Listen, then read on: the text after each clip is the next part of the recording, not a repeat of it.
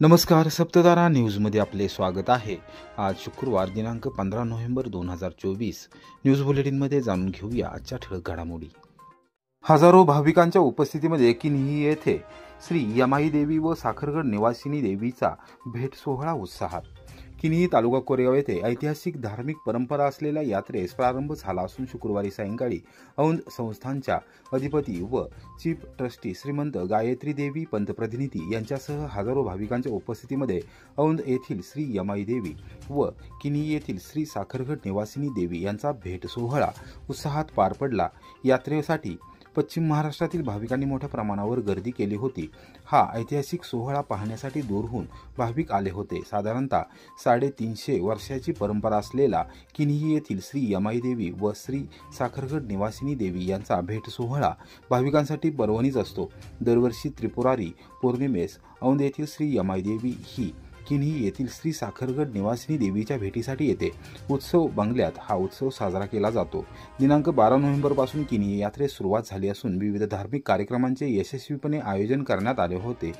यात्रा कमिटीचे chairman Rinku Jagannath Bhosale, vice chairman Deepak Uttam Bhosale, सचिव अनिकेत अशोक पिसाळ, खजिनदार स्वप्नील उमेश मदने यांच्यासह देवस्थानचे व्यवस्थापक व पुजारी डॉक्टर कालिदास आयाचित यांच्या माध्यमातून यात्रेनिमित्त आयोजित धार्मिक कार्यक्रम उत्साहात आणि भाविकांच्या अलोट गर्दीत पार पडले। दिनांक 16 व दिनांक 17 नोव्हेंबर रोजी उत्सव बंगल्यामध्ये दिवसभर दोन्ही देवींच्या दर्शनाचा लाभ भाविकांना घेता येणार आहे। त्यानंतर छबिना होऊन दोन्ही देवींचे साखरगडावर आगमन होणार आहे। दिनांक 18 रोजी साखरगडावर दोन्ही देवींना एकत्र महापूजा व सायंकाळी यमाई देवीच्या पालखीचे औंधकडे प्रयाण होणार आहे। कोरेगावचे पोलीस निरीक्षक घनश्याम बल्लाळ, उपनिरीक्षक गणेश माने, दीपिका मुसळे यांच्यासह पोलीस कर्मचारी व गृहरक्षक दलाच्या जवानांनी यात्रा कालावधीत अनुचित प्रकार घडू नये यासाठी कडेकोट बंदोबस्त ठेवला होता। कोरेगाव मतदारसंघातील त्या ऑडिओ क्लिपची चौकशी करा, आमदार शशिकांत शिंदे यांची निवडणूक आयोगाकडे मागणी, लेखी स्वरूपात तक्रार दाखल। कोरेगाव विधानसभा मतदारसंघात सध्या इलेक्ट्रॉनिक वोटिंग मशीनवरील उमेदवाराच्या क्रमांकावरून चुकीचा संदेश देणारी ऑडिओ क्लिप व्हायरल झाली आहे। ही ऑडिओ क्लिप नेमकं कोण व्हायरल करत आहे याचा शोध पोलिसांनी तसेच निवडणूक आयोगाने घ्यावा अशी मागणी महाविकास आघाडीचे अधिकृत उमेदवार आमदार शशिकांत शिंदे यांनी केली आहे। दरम्यान या संदर्भात निवडणूक आयोगाकडे आजच लेखी स्वरूपात तक्रार दाखल केली असल्याचे त्यांनी सांगितले। कोरेगाव विधानसभा मतदारसंघात प्रचारादरम्यान शुक्रवारी दुपारी 2 वाजता पत्रकारांशी बोलताना वरील माहिती दिली। कोरेगाव विधानसभा मतदारसंघात इलेक्ट्रॉनिक वोटिंग मशीनवर क्रमांक 1 वर आमदार महेश शिंदे हे उमेदवार आहेत, तर क्रमांक 2 वर आमदार शशिकांत शिंदे हे उमेदवार आहेत। मात्र या संदर्भात चुकीचा संदेश देणारी ऑडिओ क्लिप मतदारसंघात व्हायरल झाली असून त्यामध्ये 1 नंबरला मते दिली की शशिकांत शिंदेला जाईल असे म्हटले आहे। याबाबत निवडणूक आयोगाकडे लेखी स्वरूपात तक्रार केली आहे अशी माहिती महाविकास आघाडीचे अधिकृत उमेदवार आमदार शशिकांत शिंदे यांनी दिली। यावेळी त्यांनी मतदारसंघात विरोधकांकडून सुरू असलेल्या दबाव तंत्राची माहिती दिली।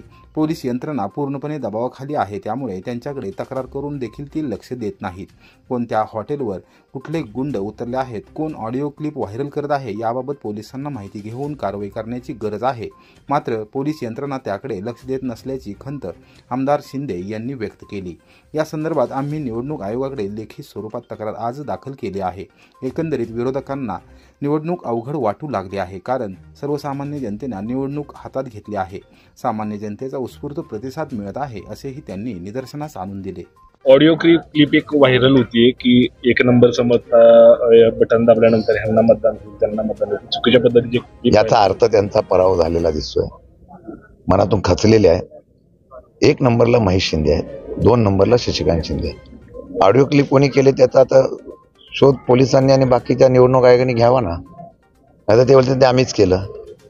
आता तुमच्याकडे प्रशासनाकडे मी तक्रार केलेली आहे, आज लेखी तक्रार केलेली आहे, निवडणूक आयोगाला तक्रार केलेली आहे। ही ऑडिओ क्लिप कोणी पसरवली? 1 नंबरवर शशिकांत शिंदे नसताना 1 नंबरला शशिकांत शिंदे आणि 1 नंबर बटन दाबा। याचा अर्थ असा आहे की शशिकांत शिंदेची मतं आपल्याकडे वळवता येतात का, हा प्रयत्न आहे। मी लोकांमधून आता गेलेलो आहे आणि लोकांनी ही निवडणूक हातात घेतल्यामुळे हे खोटं बोलायचे धंदे चालू झालेले आहेत। काही काळजी नाही, त्यांना काय करायचं करून द्या, आणि जर त्यांना वाटत असेल त्यांनी पोलीस तक्रार करावी। पहिले बोलले माझ्या बहिणीच्या वाहनावर आता हल्ला होणार आहे, त्यांना स्वप्न अगोदर कधी पडतात मला कळत नाही। आम्ही त्यावेळेला सांगितलं पोलिसांना चौकशी करा, म्हटलं त्यांना Z+ सुरक्षा अख्ख्या कुटुंबांना द्या, माझी भीती वाटत असेल तर। पण खोटं बोलून काहीतरी वातावरण बिघडवायचं आणि एखादी काहीतरी घटना करण्याचा प्रयत्न त्यांचा असेल, मला असं वाटतं. 3-3 वाजता 4-4 वाजता तुम्ही कोणाच्या घरात जाता, कोणाला दबाव टाकता. पोलिसांनी त्याच्या पाठीमागं गाडी ठेवून रेकॉर्डिंग करावं, मी काय करतो आणि ते काय करताय.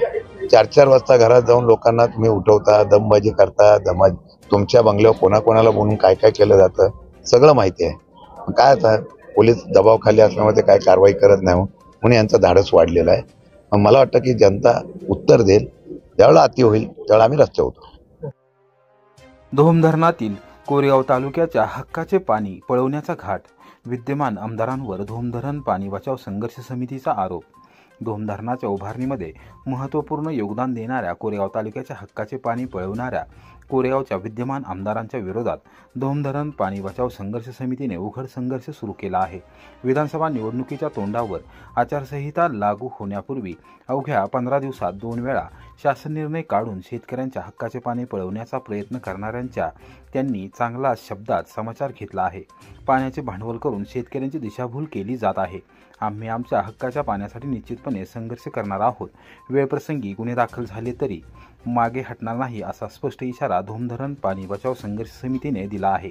कोरेगाव शहरातील हॉटेल गारवा येथे शुक्रवारी दुपारी 3 वाजता झालेल्या पत्रकार परिषदेत समितीचे कार्याध्यक्ष रणजित शिवाजीराव फाळके व सचिव नंदकुमार माने पाटील यांनी धोम धरणातील पाणी पळवण्याचा उद्योग कसा सुरू आहे याबाबत सविस्तर माहिती दिली. तसेच कागदोपत्री पुरावे देखील दाखवले. 2001 सालापासून धोम धरणाच्या पाण्यावर राजकीय मंडळींचा डोळा आहे. धोम डावा आणि उजवा कालव्याला 40 वर्षे उलटली तरी अद्याप अस्तरीकरण केले जात नाही. अस्तरीकरणाच्या नावाखाली शेतकऱ्यांची दिशाभूल केली जात आहे. कालवे सातत्याने फुटत असून शेतकऱ्यांचे मोठे नुकसान होत आहे. कालवा अस्तरीकरणासाठी निधी उपलब्ध होऊन देखील राजकीय भूमिकेतून कृष्णाखोरी विकास महामंडळाने 50 कोटी रुपयांचा निधी वापरलाच नाही. कालवा देखभाल, दुरुस्ती अथवा डागडुजीसाठी निधी उपलब्ध करून दिला जात नाही, तर दुसरीकडे 84 कोटी रुपये खर्चून नवीन सिंचन भवन उभारणीचा घाट घातला जात आहे, असा आरोप त्यांनी केला. 30 सप्टेंबर 2023चा हे आम्ही सांगितलं आहे. किंवा महाराष्ट्र शासनाचा GR, त्याच्यात सध्याचे विद्यमान आमदारांनी GR आणला. या GRमध्ये धोमच्या आमच्या वाई, सातारा, जावली, कोरेगावच्या शेतकऱ्यांचं जे पाणी आहे 11.69 ते आहे असं ठेवलं. आणि याच्यामध्ये वासना, वारणा, कवठे केंद्र ह्या योजना घातल्या. 15 ऑक्टोबर 2024 रोजी आपली आचारसंहिता लागली आणि आचारसंहिते दिवशी हा एक GR महाराष्ट्र शासनानं पारित केला. म्हणजे सध्याचे विद्यमान आमदारांनी हा GR काढला आहे. या GR मध्ये काय केलेलं आहे, या GR मध्ये वाई, सातारा, जावली, कोरेगावच्या शेतकऱ्यांना 7.58 TMC पाणी मंजूर केलं. तदनंतर कवठे केंद्र योजनेला 1.28, वसनेला 1.44, वांगणेला 1.34 असं हे पाणी यात मंजूर केलं. आणि हे काटापूर उपसा सिंचन योजनेला 6.332 TMC पाणी मंजूर केलं. हे आम्ही म्हणत आहे GR म्हणतोय. आणि विद्यमान आमदारांनी एक क्लिप पाठवली आहे, त्यांच्या कोणी पाठवली असेल, त्यांनी काय म्हणतात की 30 सप्टेंबरचा मी GR काढलाच नव्हता आणि हा GR आलाच नाही. समोरचे विरोधक खोटे बोलतात. आता जर 30 सप्टेंबरचा GR तुम्ही काढलाच नव्हता तर मग ह्यो काय 30 सप्टेंबरचा GR आहे का?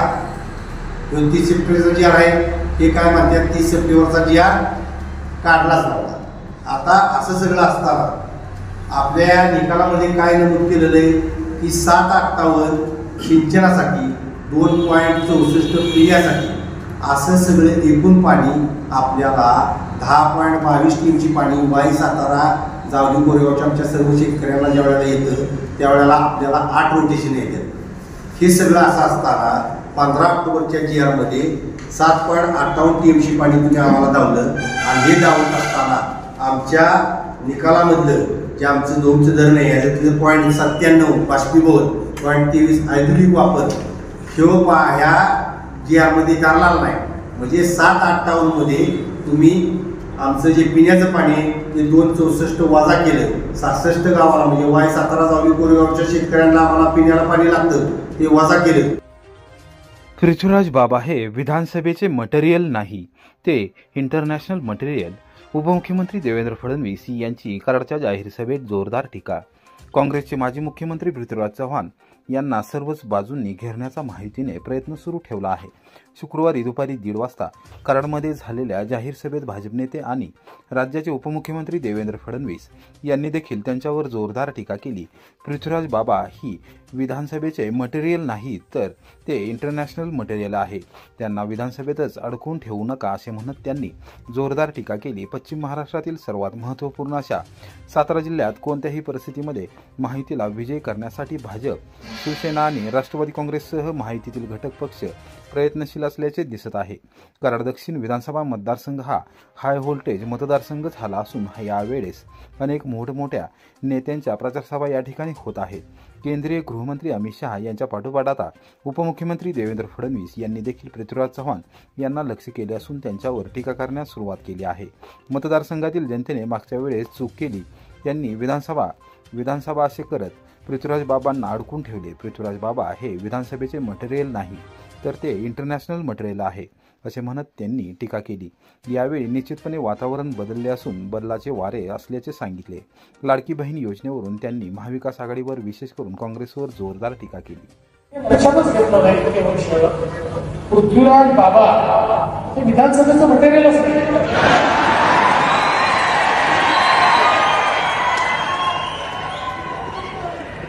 बाबा आंतरराष्ट्रीय मटेरियल आहे, इंटरनॅशनल मटेरियल. तुम्ही आपलं त्यांना इथेच अडवत होता विधानसभेचा